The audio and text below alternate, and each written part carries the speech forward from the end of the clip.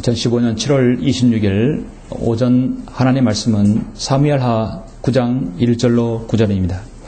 사무엘하 9장 1절로 9절 말씀입니다.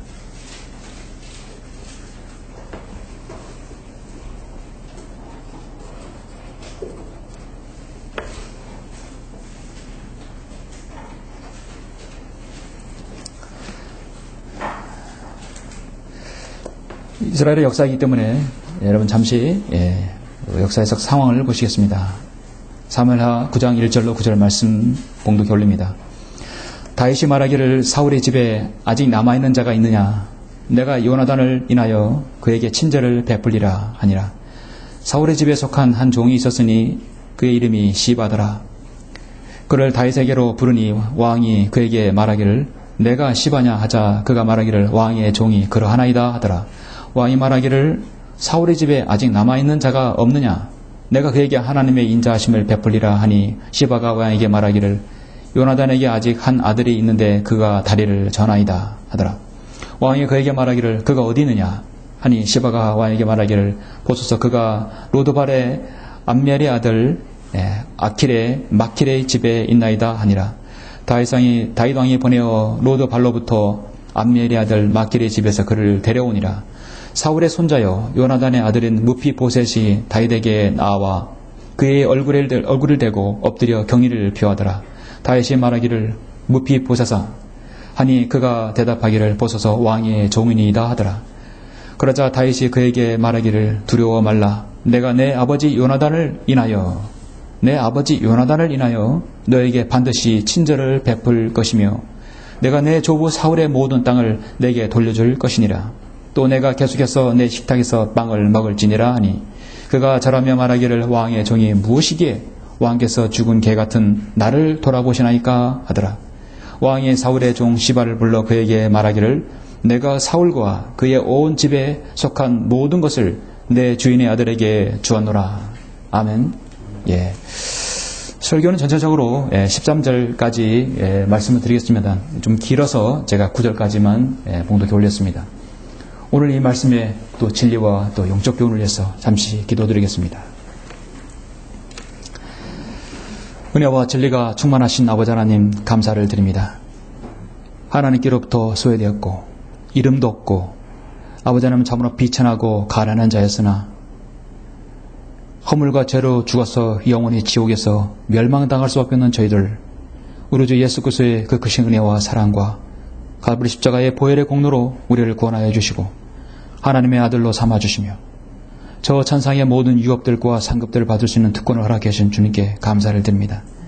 이제 이 땅에서 저희들 하나님의 은혜로 구원받아서 하나님의 아들들로 때론 청지기로 주님의 종으로 주님의 사역을 받을 수 있도록 생애 축복해 주심을 감사합니다. 하나님의 은혜로 여기 있는 모든 성도들이 이 자리에 있습니다. 우리는 오늘 하나님의 말씀을 통하여서 우리 주 예수 그리스도의 그 위대하신 고귀하신 이름을 통하여 우리가 얼마나 많은 축복과 복들을 향유하고 있는지 자신을 돌아보고자 합니다.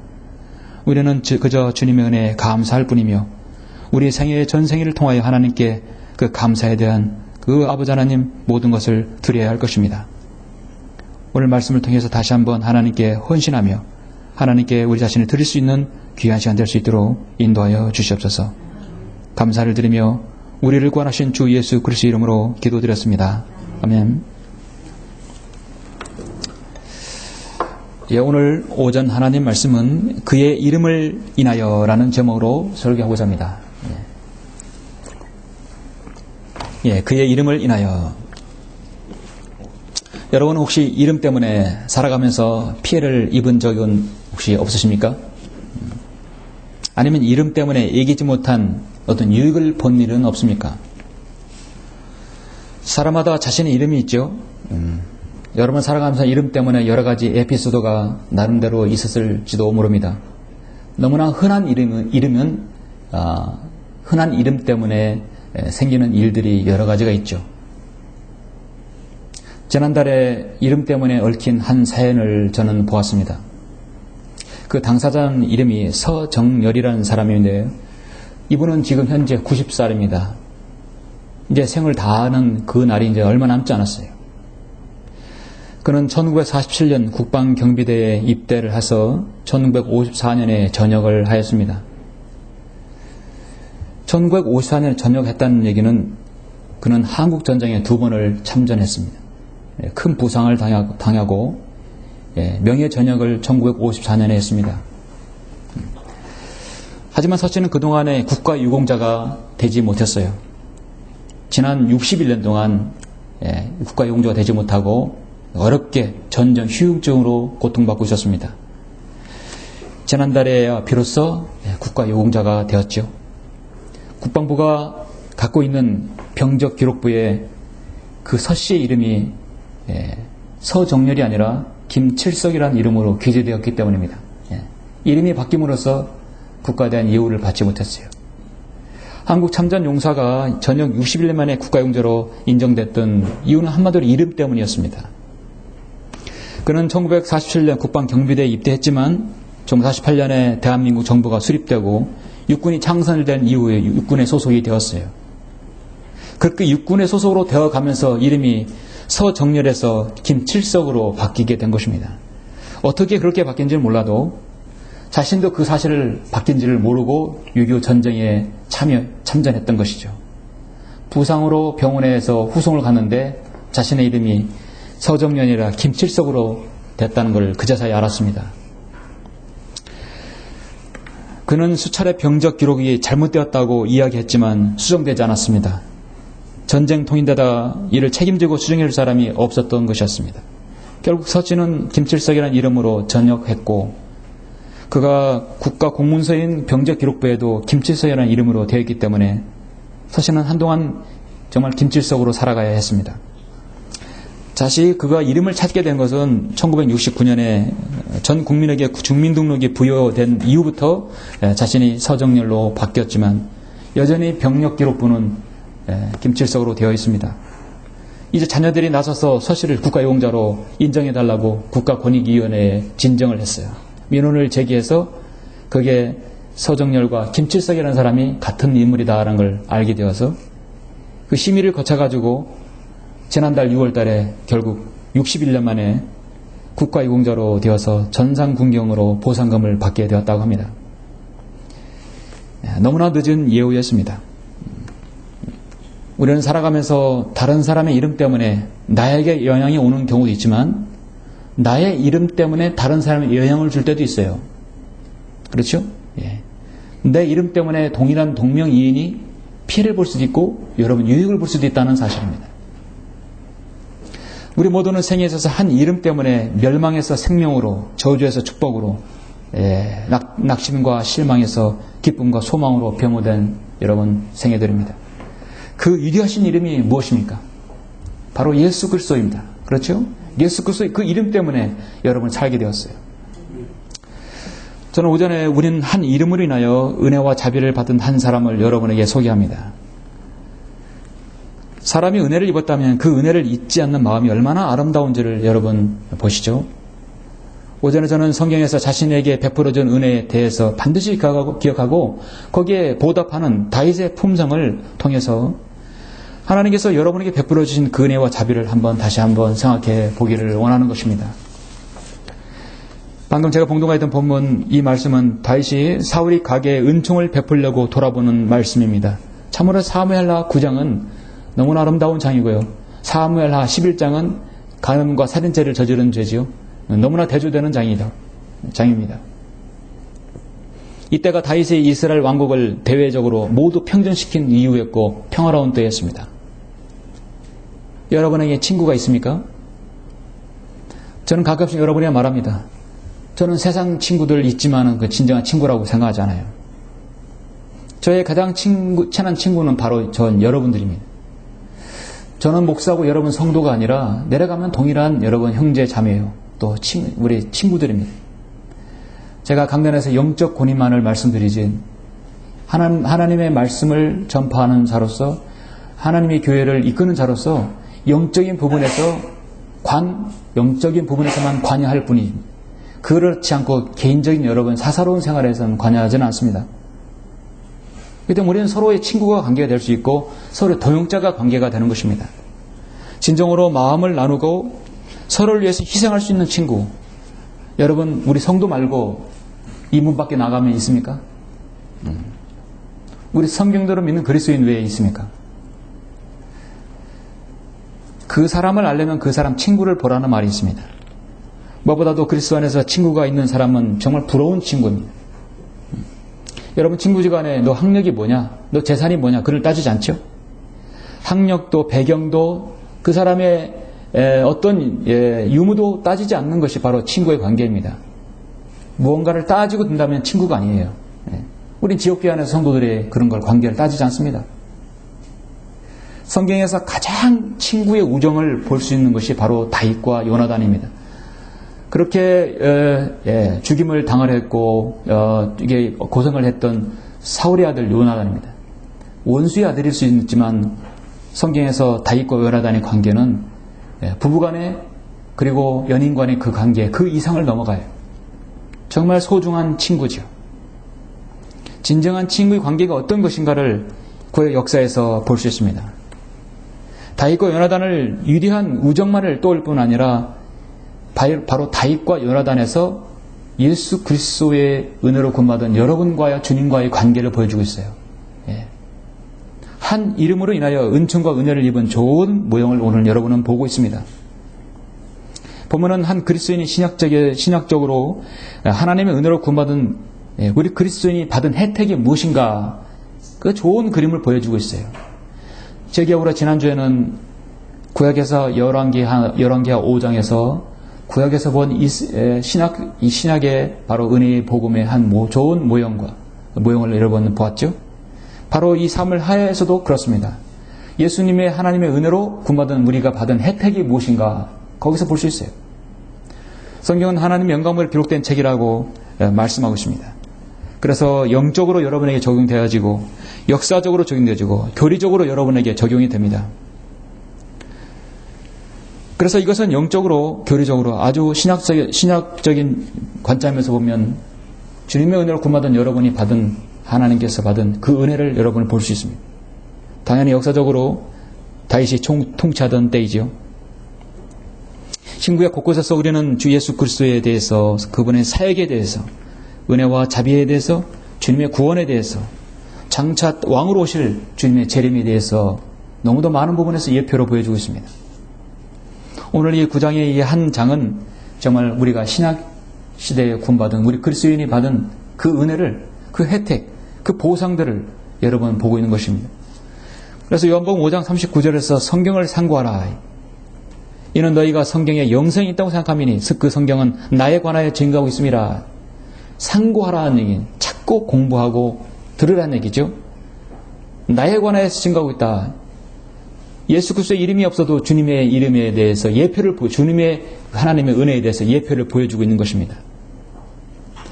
지금 보면은 다윗은 20년 전에 친구 요나단에게 진 은혜를 그에게 진 빛을 갚는 장입니다. 너무나 아름답고 다윗의 진정한 그 인격적인 인간적인 면모를 보여주고 있습니다. 저 여러분은 다윗의 이런 면모가 있기 때문에 우리는 참 다윗을 좋아하고 존경하고 훌륭한 인물이라고 우리는 알고 있습니다. 대부분의 사람들은 원래 높은 지위에 오르게 되고 자신의 지위가 바뀌게 되면 눈에 가시처럼 매겨지는 사람들을 하나씩 처리하게 됩니다. 그건 정치에서 그렇고 군대에서도 그렇고 마찬가지입니다. 조직사에서도 마찬가지입니다. 일단 자신의 정적이 되는 것을 없애버려요. 그러나 하나님의 사람 다윗은 전쟁에서 승리하면 하나님의 도우심으로 승리하는 줄을 늘 알았던 것입니다. 전쟁에서 획득한 금은과 값진 그 노획물들은 하나님께 드리고 난 다음에 그것을 함께한 전사들에게 나눠줬어요. 자신이 착복하지 않았어요.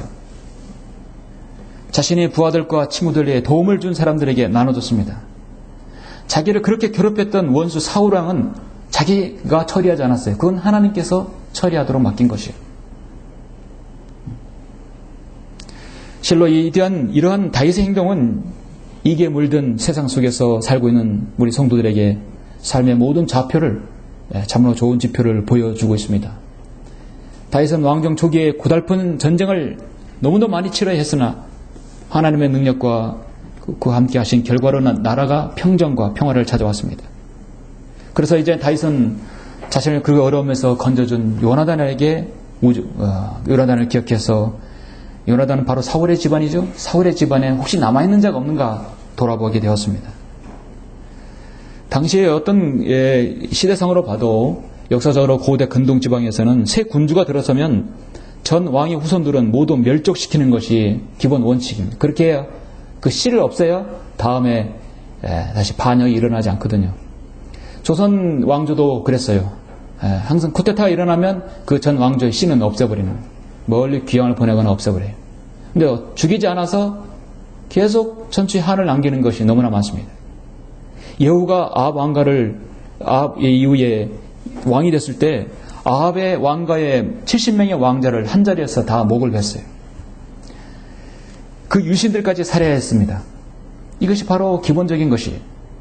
그런데 다윗은 그렇지 않았어요. 다윗은 1절에서 보니까 다윗이 말하기를 사울의 집에 아직 남아있는 자가 있느냐, 내가 요나단을 인하여 그에게 친절을 베풀리라, 멸족시키겠다는 게라 그 반대에 친절을 베풀리라. 사울의 집에 속한 한 종이 있었으니 그의 이름이 시바더라.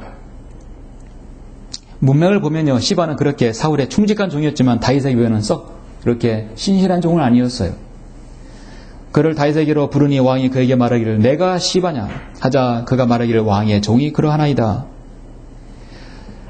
왕이 말하기를 사울의 집에 아직 남아있는 자가 없느냐, 내가 그에게 하나님의 인자하심을 베풀리라 하니 시바가 왕에게 말하기를 요나단에게 아직 한 아들이 있는데 그가 다리를 저나이다.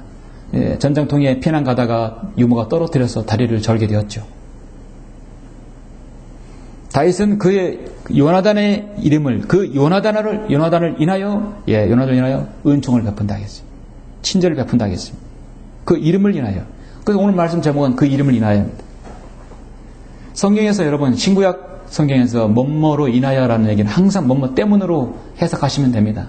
그렇다고 성경에서 요나단 때문에, 뭐 때문이라고 읽게 되면 좀 그렇죠, 의미상. 그러니까 여러분이 인하여는 항상 뭐뭐 하였기 때문에, 뭐뭐 때문에로, 인하여, 위하여로 아니라 때문으로 해석하시면 됩니다. 다윗과 요나단의 관계는 정말 어느 정도로 그 친분과 사랑이 두터울 정도로 그렇게 두텁고 오래 가는 것인가. 20년 전의 일도 기억하여서 다윗은 그것을 보상하려고 하는 것입니다. 보상이 아니라 친절을 베풀려고 하는 것입니다. 여러분 아시다시피 사무엘상 10장에 보면 사울 왕은 이스라엘 초대 왕으로서 신실하고 준수한 외모에 순종적이었습니다. 사무엘로부터 기름 부음 받아서 명실공히 이스라엘의 초대 왕으로 올라왔습니다. 처음에는 전쟁에서 승리했지만 가면 갈수록 교만해졌습니다. 결국 사무엘상 13장, 15장에서 보면 아말렉과의 전투에서 불안정한 순종으로 일관하게 해서 결국 주님의 영, 성령님이 떠나가고 그 안에 악령이 들어가게 되었어요. 그 악령이 그를 평생 동안 괴롭혔습니다. 그런 와중에 다윗은 필리스타인 그과의 전쟁에서 골리앗을 한 방에 쓰러뜨리고 갖가지 모든 전투에서 승승장구하면서 이스라엘의 명예를 세웠습니다.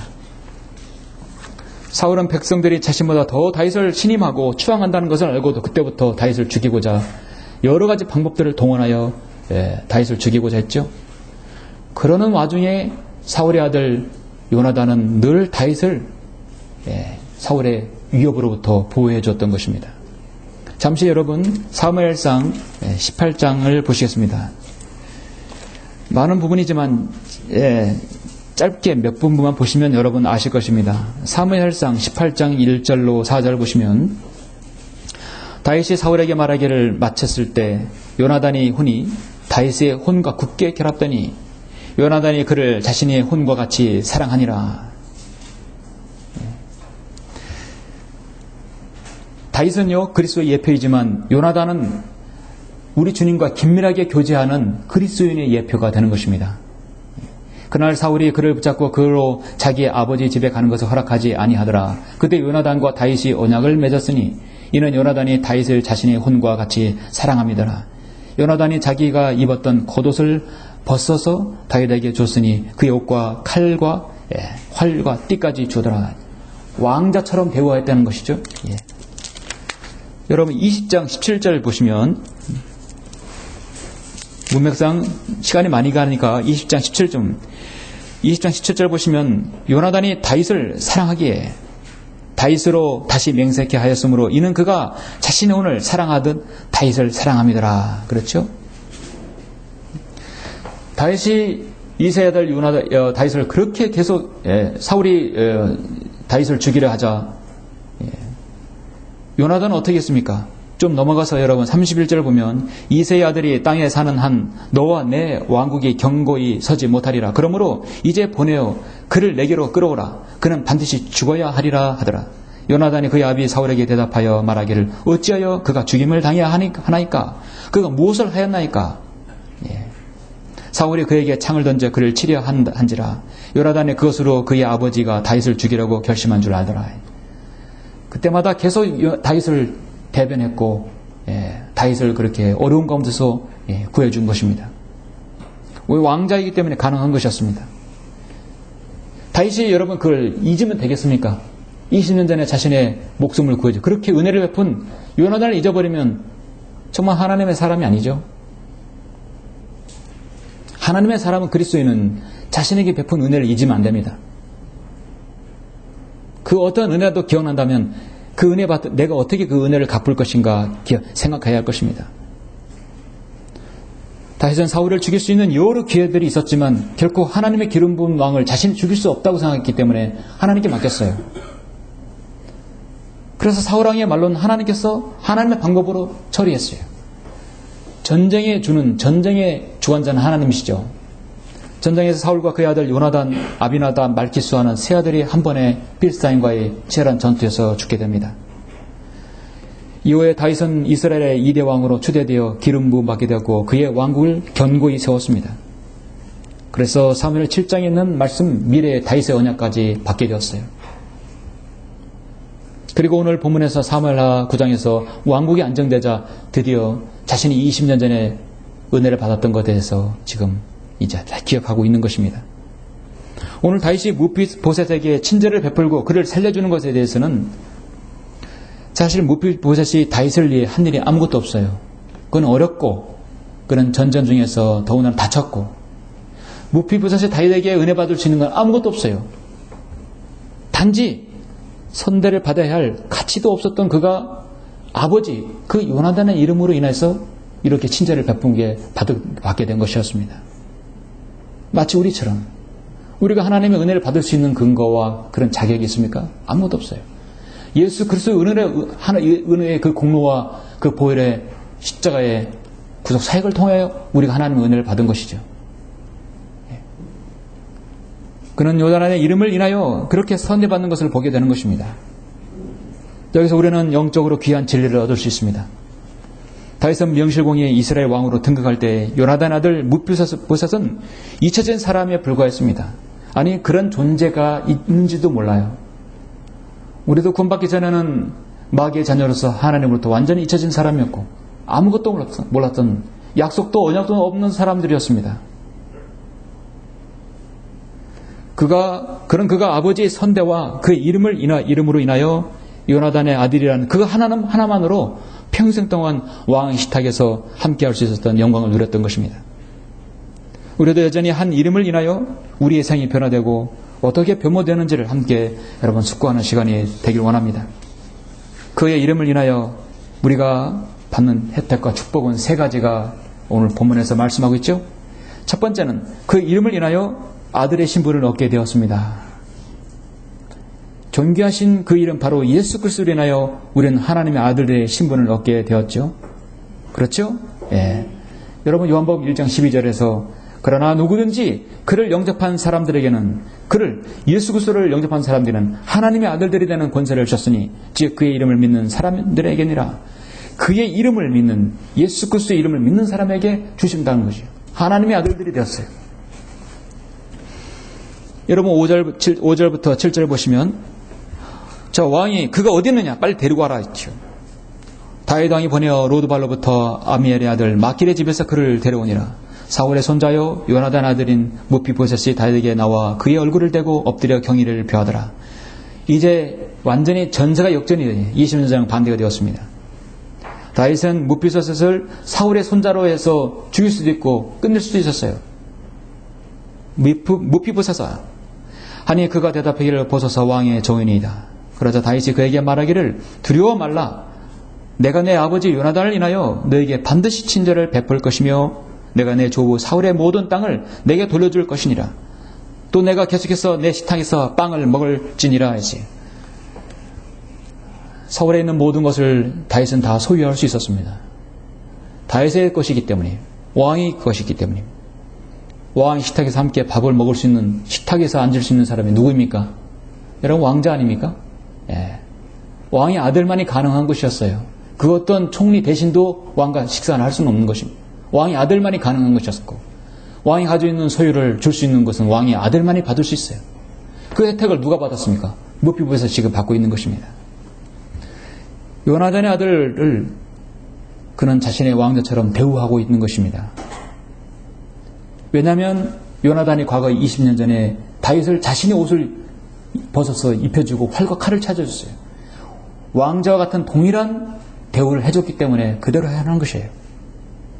가장 힘들었던 시기에 요나단은 진정으로 사랑하는 친구에게 그 은혜를 받은 것이었습니다. 시편을 보면은 다윗이 14년 이상을 사울을 피해서 다니며 쫓겨다니면서 고난당한 것에 대해서 기록하고 있어요. 참으로 눈물 겪고, 그런 철저히 하나님께 훈련받고 정말 하나님을 의뢰하는 신뢰하는 기간이었습니다.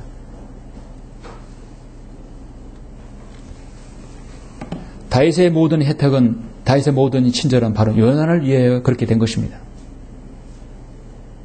얼마나 많은 눈물과 시련이 있었습니까? 그렇기까지 요나단의 그 친구의 그 우정이 있었던 것입니다.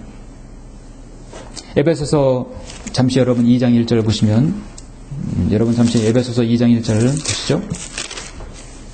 허물과 죄들 가운데서 죽었던 너희를 그가 살리셨으니 전에는 여러분과 저가 예수 그리스도의 그 이름을 알기 전에는 너희가 그것들 가운데서 이 세상의 풍조를 따르고 공중 권세의 통치자 곧 지금 불순종의 자녀들 안에 역사하는 영을 따라 행하였으니 그들 가운데서 우리 모두가 이전에는 우리 육신의 정욕들 가운데서 행하였으며 육신과 마음의 욕망들을 이루어 다른 자들과 마찬가지로 본래 진노의 자녀였느니라. 그러나 자비가 풍성하신 하나님께서 우리를 사랑하신 그의 큰 사랑으로 인하여 죄들 가운데서 죽었던 우리를 그리스도와 함께 살리셨으니 너희가 은혜로 구원을 받은 것이니라. 아멘. 무비보셋이 다윗왕으로부터 뭘 받았어요? 은혜를 받았어요. 받을 수 있는 자격이 아니었어요. 그건 사울의 씨였던 것입니다. 무비보셋이 당차 난을 일으켜서 왕의 보좌를 찬탈하려는 그런 마음을 먹고 있다면 어떻게 되겠습니까? 그러나 그렇지 않았죠.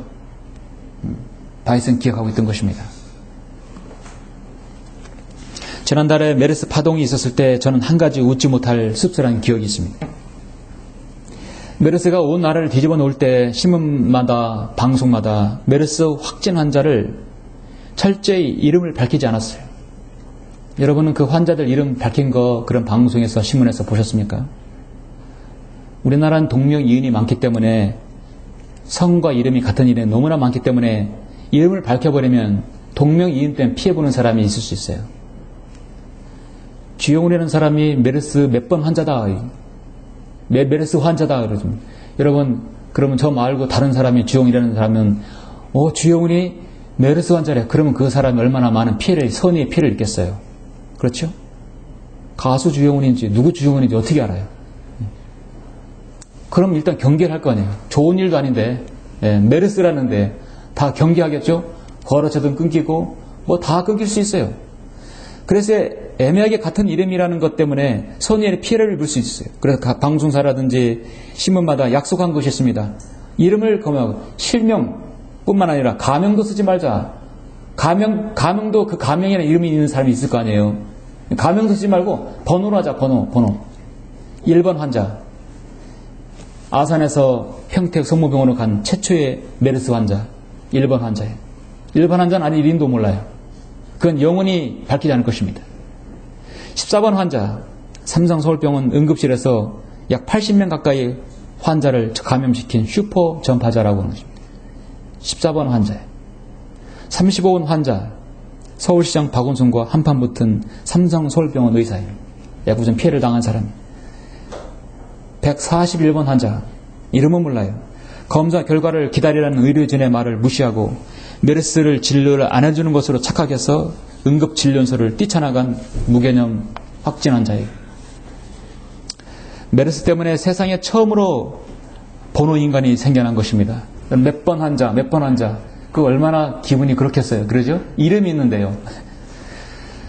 앞으로 저는 대환란에서 이와 같은 일이 벌어지지 않을까 생각합니다. 지옥으로 떨어간 수많은 혼들, 얼마나 도매공으로 막 넘어가겠어요. 그러나 하나님께서는 반드시 생명책에서 그 이름을 들춰낼 것입니다. 한 가지 웃기는 것은 정말 웃기더라고요. 삼성서울병원 응급실에서 80명 되는 환자를 메르스를 전파시킨 슈퍼 전파자예요. 가장 많은 메르스 환자를 전파시킨 사람이 14번 환자예요. 13번 환자가 서울대병원에서 치료를 받고 안정적으로 회복되고 있었는데요. 이 환자는 계속 힘들어하고 있었어요. 왜 그러냐면 내가 14번 환자 때문에 감염됐다는 거예요. 내가 자기가 그렇게 알고 있었어요. 계속 그 14번 환자 때문에 그 14번이 도대체 누구야? 예. 그런데 회복기에 의료진이 당신이 14번 환자요. 깜짝 놀랐다는 것이에요. 이름을 바뀌었다면 정말 이런 일이 없었을 텐데 그럼 동명이인이 피해를 입었잖아요. 번호인간이 낳지 못할 웃기는 이야기죠. 예. 바로 인간이 그래요. 자신이 피해자이면서도 자신이 가해자로 생각할 수 있는 것이에요. 자신이 가해자인데도 피해의식을 갖고 있는 것이 사람입니다. 저는 그럴 때 인간의 죄성을 한번 볼 수 있어요. 80명 되는 사람을 감염시키고 자신이 그 사람은 그 14번으로 알고 있었다는 사실. 여러분의 고유 이름이 있습니다. 여러분의 이름이 소중하다는 것은 왜일까요? 여러분의 이름으로 인해서 예수 그리스도의 향기를 드날릴 수 있어요. 그렇죠? 여러분의 이름으로 인해서 주님의 이름이 욕을 먹을 수 있어요. 여러분은 존귀하신 예수 그리스도의 이름으로 인하여 구원받았죠? 그 예수 그리스도의 이름으로 인하여 살아야 하는 것입니다. 예. 그것이 바로 우리가 해야 할 것입니다. 그의 이름을 인하여서 두 번째는 무엇이냐면 그의 이름을 인하여 우리는 그분과 함께 공동 상속자가 되었다 하는 것입니다. 그 존귀하신 그 이름 예수 그리스도로 인하여 하늘의 영원한 상급과 이 땅에서 여러분 공동 상속자가 되었습니다. 여러분 8절 본문은 9절까지 읽었지만 10절까지 보시면 그가 절하며 말하기를 왕의 종이 무엇이기에 왕께서 죽은 개 같은 나를 돌아보시나이까. 다윗 왕도 쫓겨다닐 때 왕에게 죽은 개 같은 나를 뭘 그렇게 중요하지도 않는 나를 죽이라 하십니까? 라고 했어요. 다윗이 그렇게 말했던 그가 20년 후에 그 아들의 손자에게 이 말을 듣고 있는 것입니다. 므피보셋은 일단 겸손하죠. 예, 바로 겸손에 이르는 말. 살아있는 개도 아니고 죽은 개 같은 나를 돌아보시나이까. 이거보다 더 낮추는 말이 세상에 어디 있어요? 여러분과 저 죽은 개 같은 나를. 겸손한 말이 어디 있어요? 이런 나에게 이 선대를 베푸시는 것은 너무너무 맞지 않습니다. 왕이 사울의 종 시바를 불러 그에게 말하기를 내가 사울과 그의 온 집에 속한 모든 것을 내 주인의 아들에게 주었노라. 내가 상속시키겠다는 거죠. 그러므로 너와 내 아들들과 종들은 그를 위하여 땅을 갈고 열매를 거두어 내 주인의 아들로 먹을 식량을 얻게 하라. 그러나 내 주인의 아들 므피보셋은 항상 내 식탁에서 음식을 먹을 것이니라 하더라. 시바에게는 아들 15과 종 20이 있더라.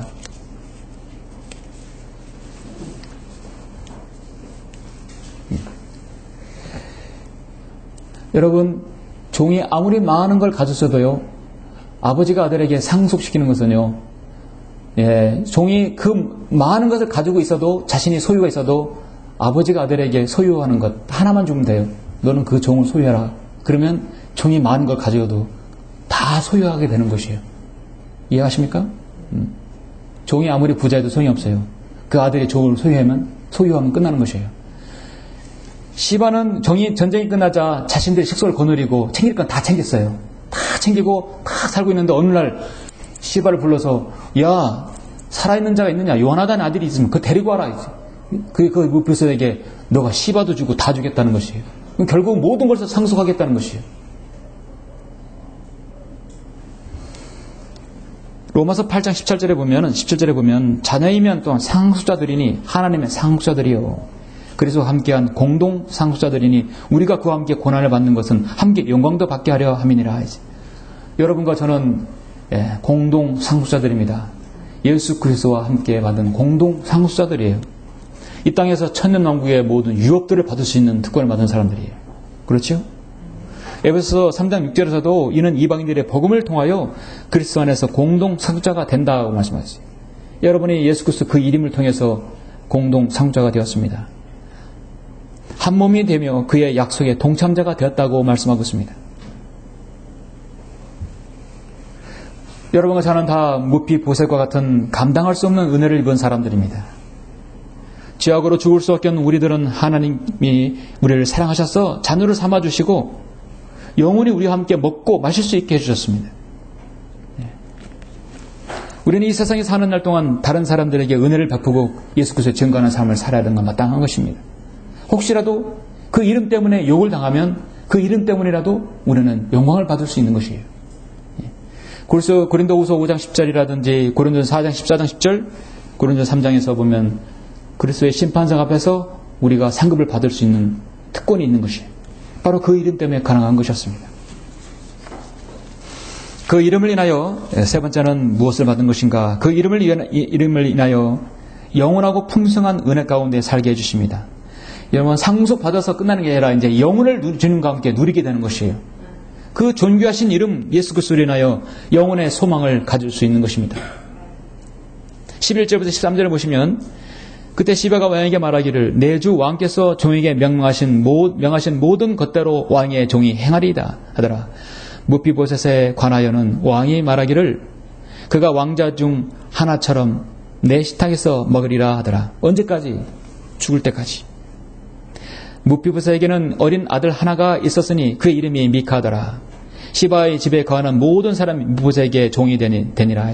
아무리 많은 것들도 이제는 무비보셋에게 종이 되는 것이에요. 그래야 무비보셋이 예루살렘에 거하였고 그가 계속해서 왕의 식탁에서 먹었으며 그가 두 다리를 다 절더라. 자, 그가 계속해서 언제까지? 죽을 때까지. 어디에서요? 예루살렘에서요. 여러분은 죽을 때까지 어디에서요? 아니에요. 우리는 살아있는 동안 휴가되어서 올라가면 이제 하나님의 어린 양으로 신부가 되어서 올라갑니다. 그리고 이 땅에서 천년왕국의 유업을 받게 되고 상속자가 되는 것입니다. 거기서 끝나는 것이 아니라 천년 끝나면 이제 새 예루살렘에 우리가 들어가는 것이에요. 영혼을 함께하는 것입니다.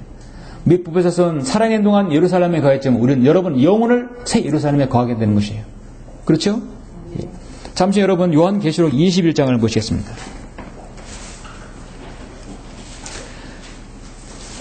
여러분 그래서 이렇게 구약의 역사라도 이렇게 귀한 진리를 여러분이 볼 수 있는 것입니다.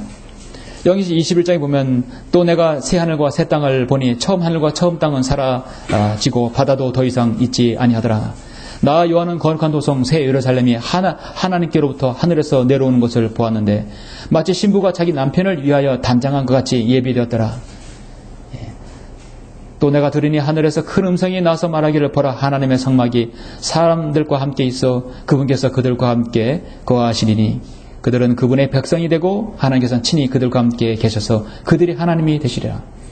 이제 아브라함 하나님, 이삭이 하나님, 야곱의 하나님이 아니에요. 하나님, 나의 하나님이 되는 것이에요.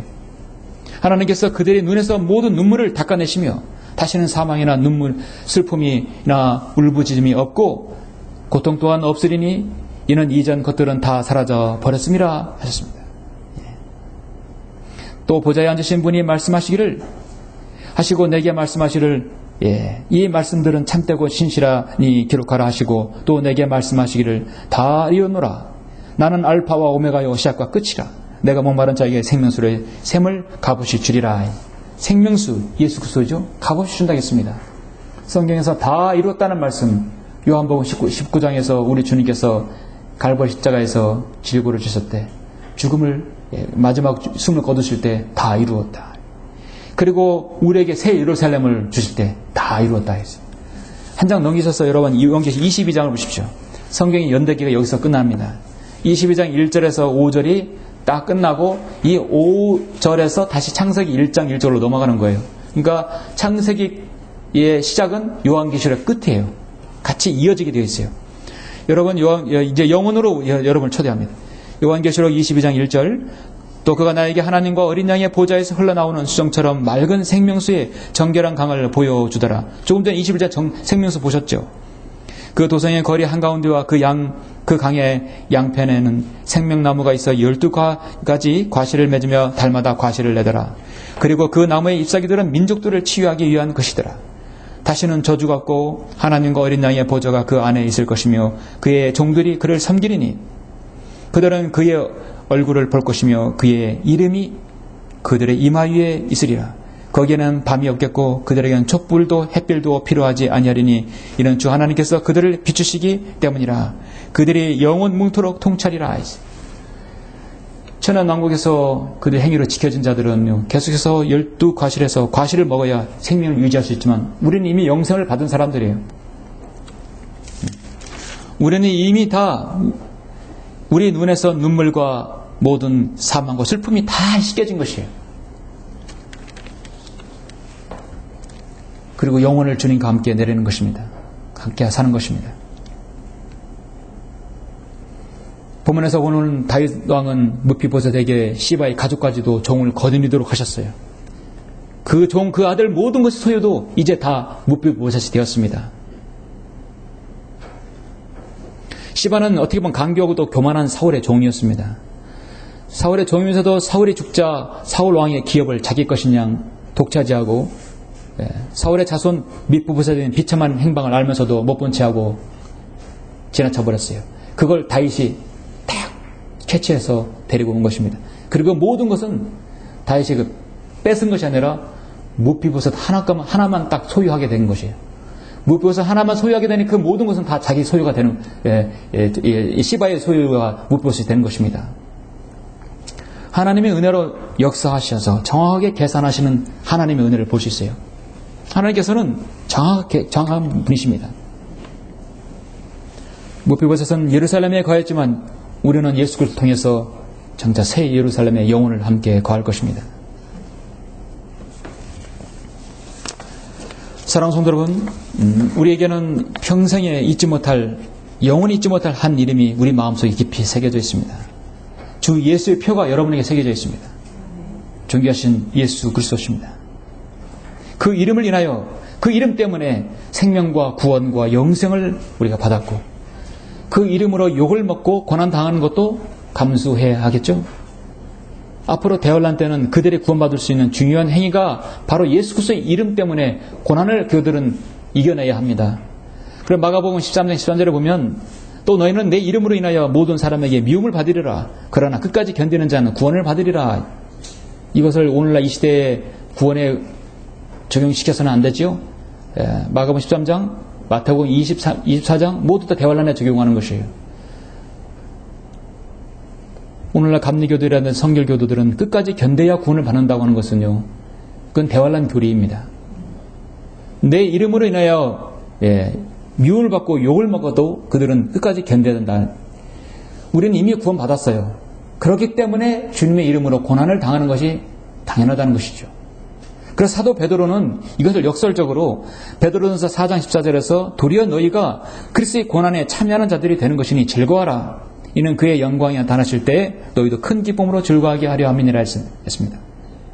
만약 너희가 그리스도인으로서 고난을 당하면 부끄러워하지 말고 오히려 그 일로 인하여 하나님께 영광을 돌리라 하지.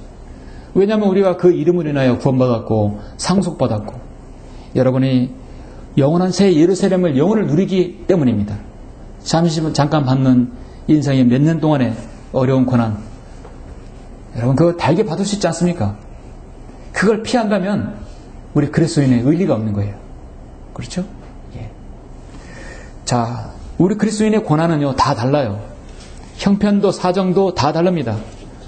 비참해할 필요 없어요. 나는 스스로 연민을 느낄 필요 없고, 연민을 가질 필요도 없고, 연민을 받아줄 필요도 없고, 연민을 받으려고 할 필요도 없어요. 자신에게 받은 것은 자신이 감수해야 합니다.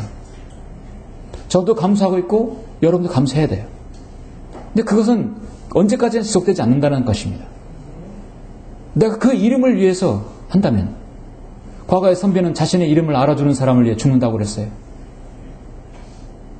이 땅에서 60, 70년, 80년 생을 위해서 알아주는 사람을 죽는 사람들도 있는데 영혼을 함께하고 영혼을 여러분께 주신 우리 주님의 이름을 위해서는 그 무엇인들 여러분 못하겠습니까? 결론적으로 오늘 말씀을 통해서 여러분은 무엇을 느끼셨습니까? 다윗의 인격적인 그 도량을 볼 수 있고 그의 보온을 통해서 여러분이 받은 도전이 무엇입니까?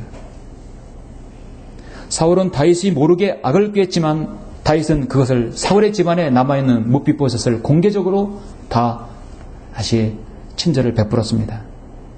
악을 꾀했던 사울은 세 아들과 함께 비참한 처를 맞이했지만 다윗은 어디로 가든지 하나님이 함께 하셨고 전쟁에 승리하게 해주셨고 이스라엘의 건국 2대 왕으로서 다시 확실한 자비를 받은 사람이었습니다. 하나님의 확실한 자비를 받은 사람이었어요. 오늘 말씀에서 다윗은 뭇비보셋에게 은총을 베풀었던 것은 바로 요나단의 이름으로 인한 것이었습니다. 여러분이 예수 그리스도로 인하여 하나님의 은혜를 받은 것은 전적으로 주님의 이름 때문에 그렇게 가능한 것이었죠. 예. 여러분이 어디를 가더라도 예수 그리스도의 이름을 여러분 자신의 이름을 통해서 더럽히지 않아야 합니다. 예. 여러분 모두가 다 그 존귀하신 예수 그리스도의 이름을 더욱더 드높이시길 간절히 바랍니다. 예. 기도하시겠습니다.